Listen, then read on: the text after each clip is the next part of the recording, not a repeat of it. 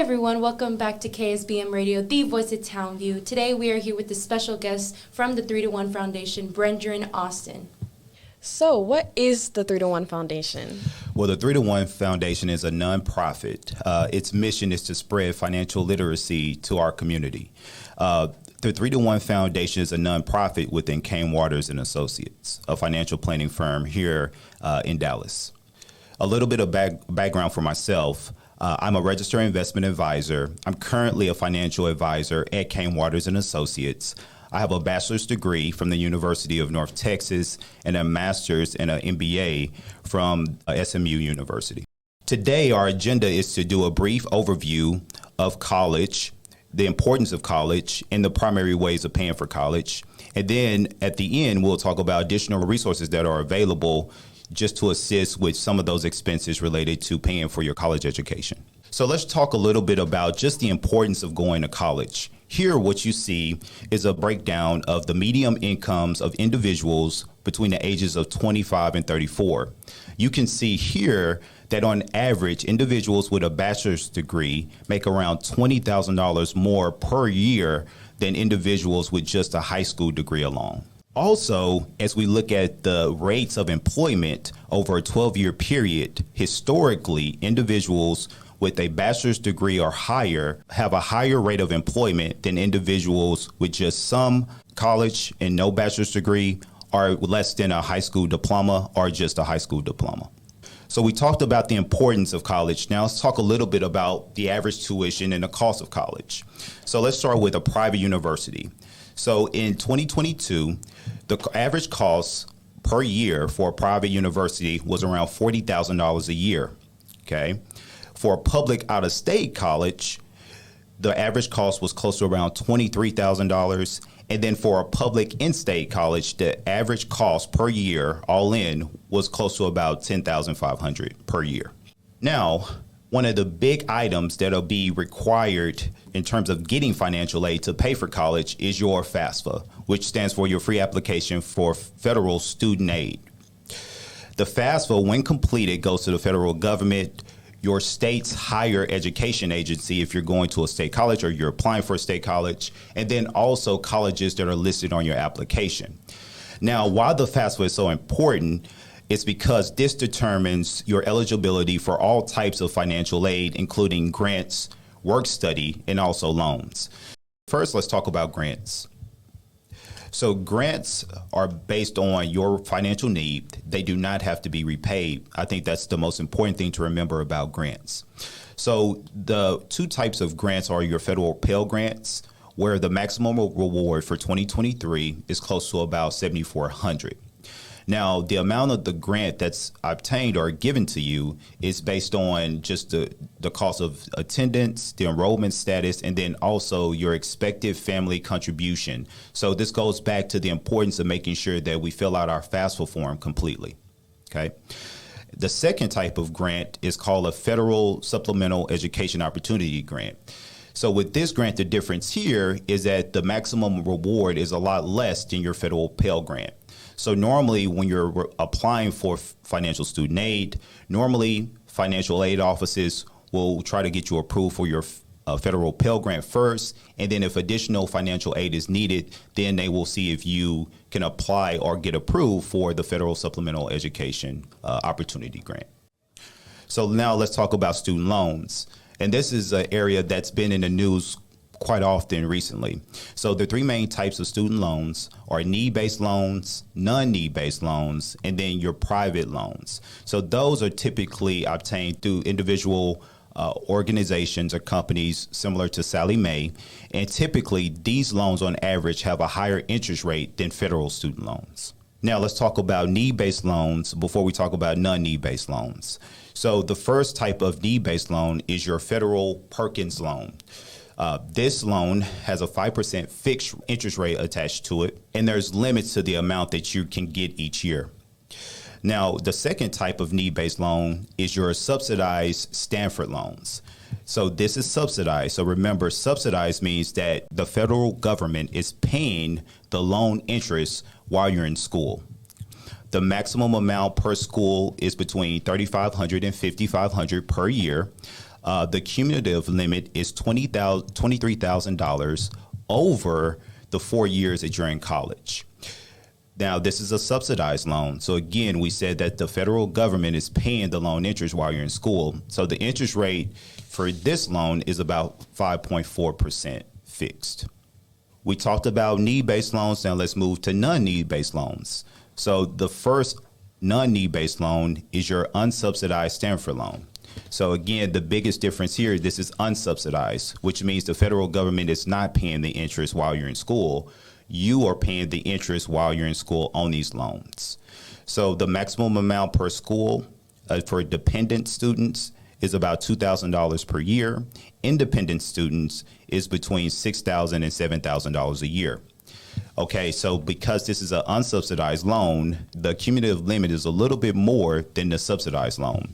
So the limit here is between $8,000 and $34,500 per year, depending on your need. And also the rate of interest on this loan is similar to the subsidized loan of 5.4 fixed each year. The final non-need-based loan is the Parent Plus loan. So normally these are taken out in your parent's name. You will be listed on the loan as a second guarantor on the loan, and it allows your parents to borrow money while you're in school, minus any additional financial aid you might receive, similar to the grants that we talked about earlier. The rate on this loan is a little bit higher than your unsubsidized and your subsidized federal loans, where the interest rate on this loan is around 8% fixed. Let's talk a little bit about Federal Work Study Program. So this is a type of financial aid that you will work while you're in school. It's important, again, we talked about the FAFSA earlier. It's important that you make sure you fill out your FAFSA to make sure that you qualify for this. That's where we kind of learn about if you're eligible to obtain this type of financial aid. You must apply and be hired for work study. And then also from there, you're required to work a specific amount of hours per week in order to earn a paycheck. Now I'll stop here for questions. So a few questions regarding the need-based loans. How does a student qualify for a federal Perkins loan, and what criteria determine exceptional financial need? So that would all go back to your FAFSA. So it depends on your family's demographic information, and then also what your family financial history is. There are income limits that are taken into account when your FAFSA is reviewed, and that's how they determine if you're eligible to get the Pell Grant, any other grants, and then also if you'll qualify for work study or need-based loans. Can you explain how the interest rate of 5% fixed for Perkins loans compares to other types of student loans? So that's pretty low, and the rate of interest changes every year. So those numbers are as of 2023. The federal student loans, on average, are going to be a lot lower than your private student loans. So private student loans are normally through your normal banks, Chase, Bank of America. Sallie Mae is a big private student loan provider. Those loans are typically higher. Those interest rates are going to be higher, closer to the Parent Plus loan rates. We talked about the Parent Plus loan rate being about 8%. Those rates, those private student loans rates, are going to be a little bit higher, closer around 10, and I've even seen those loans being closer to about 12% annually interest rate on those. Okay, and last question. What types of works are you usually required to do for work studies? That's a very good question. So I've seen working in the cafeteria of the Student Union Center, working in the library, working in some of the offices on campus. There's a variety of different jobs. Most of those jobs are normally going to be campus jobs. There's not going to be anything outside of the campus. Okay, so we talked about the importance of college. We talked about the ways of paying for college. Now we're going to talk a little bit about how investing in different accounts can help in paying for your college education. From birth, $50 per month into a 529 plan growing at 6% is going to be close to about $19,000 by the time that individual goes off to college. At age, let's say that we put in $50 a month at the age of 15, we can just see that just based on our knowledge of compounding interest and how money compounds on top of itself at a 6% annual rate of return, $1,000. So the biggest takeaway from this slide is just to see that it's important for us to start saving early in order to pay for college expenses. One of the most popular savings plans that are used to pay for college expenses is the 529 plan. So there's a lot of flexibility with the 529 plan. That's one reason why it's so popular. If you have multiple children, and let's say that the first child finishes their education and they still have money in the 529 plan, then that plan's balance can be transferred to the second child's 529 plan to help pay for their college. Anyone can contribute to a 529 plan, aunts, grandparents, of course, parents as well. The average growth rate on the 529 plan is similar to the average growth rate of the stock market, right? Because those funds in a 529 plan are typically, on average, invested in a mutual fund, which is called a target date fund. So similar to equities, the rate of return for these accounts. Most individuals are eligible to open a 529 plan. And also, there are significant tax breaks if you live in a state where you do pay state income tax. We talked about 529 plans, so let's talk about scholarships. So most scholarships are merit-based. These scholarships can be based on academics, special talents, and then also athletics as well. Most scholarships, of course, right, this is money that they're giving you. You must maintain a certain GPA. And for renewable scholarships, you'll have to submit information just to inform them that you are maintaining a certain GPA that was initially agreed upon when you accepted the scholarship. Currently, right now, there are a ton of resources where you can research and apply for scholarships. You can talk to your school counselor. And then also there's a College Board of Scholarships search that you can look into. And then also Texas has a specific website that you can look and just see which scholarships are available based on your certain academic or if you have special talents or different things of that nature.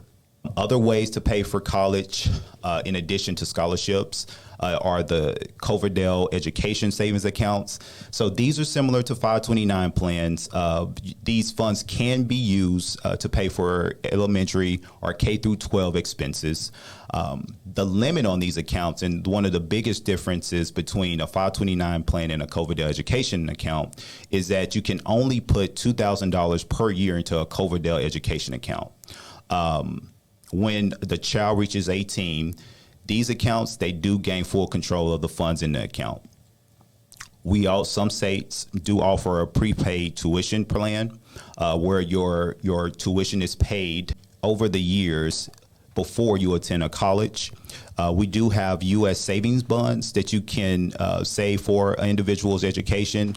Normally, these aren't used just because of the average interest rate on these accounts have been low in the past. And then also, finally, we have Roth IRAs where you can take distribution from these accounts to pay for qualified educational expenses. Any questions? So when should you start the 529 plan? You can start the 529 plan as soon as a baby or a child has a Social Security number. So as soon as they have a Social Security number, you can start a 529 plan for that child. Also, regarding the Coverdell Education Savings Account, when do you recommend to start? The Coverdell Education account, similar to a 529 plan. You can start that as soon as they have a Social Security number. You can open that account. And if you have available cash flow, you can open up a 529 plan and a Coverdell at the same time, just to kind of have those going or growing at the same time to help pay for education. So a question concerning the 529 plan, what is the limit for the 529 plan? The limit in contributions per year for the 529 plan. So that's a really good question. So normally for individuals, I would say the limit to the 529 plan will be close to about $17,000 a year. The reason being that anything above that $17,000 a year for 2023 is going to be subject to federal gift tax. So it would be beneficial for individuals to limit contributions per child to about $17,000 a year. Now, again, remember that anyone can contribute to a 529 plan. So that $17,000 limit is per individual, per parent, per sibling or grandparent. So it would be wise just to limit contributions to avoid paying any additional federal taxes, just to $17,000 per year. So to do a quick recap, so we talked about the importance of college and the ways to pay for college. What I want to talk a little bit about here is just additional college resources that are valuable when you start this process. The 3-to-1 Foundation has a ton of financial tools that you can look and play with, calculators as well, that you can kind of put together calculations or what would be your need once you go to college. Also, the Federal Student Aid website, FAFSA. FastWeb is a great website to go to find information on scholarships. Then also, if you're interested to find more about 529 plans, you can definitely go to the website here, Saving for College. They have a great website where you compare 529 plans between different states. 3-to-1 Foundation, we offer scholarship opportunities. Here's a listing of our winners from 2022. The link here is at the bottom. You can also use this QR code. The deadline to apply for this scholarship is June 30th of each year. Also, we talked about the resources and the calculators that are included on the 3-to-1 website. The 3-to-1 website also includes a university video series where you can just find different information on goal setting, budgeting, debt management. If you wanted to learn more about just how compounding interest works or investments, you can definitely use this QR code or just check out the website listed on top of that QR code as well. Any questions? So, regarding the 3-to-1 Foundation scholarship opportunities, who would you recommend apply for it? So anyone that has attended a 3-to-1 event, anyone that has sat through this presentation can apply. Again, the scholarship is for high school seniors and individuals in college as well. Thank you so much, Bridger and Austin, for being here today, and thank you, 3-to-1 Foundation. That concludes our presentation. Bye. See you next time.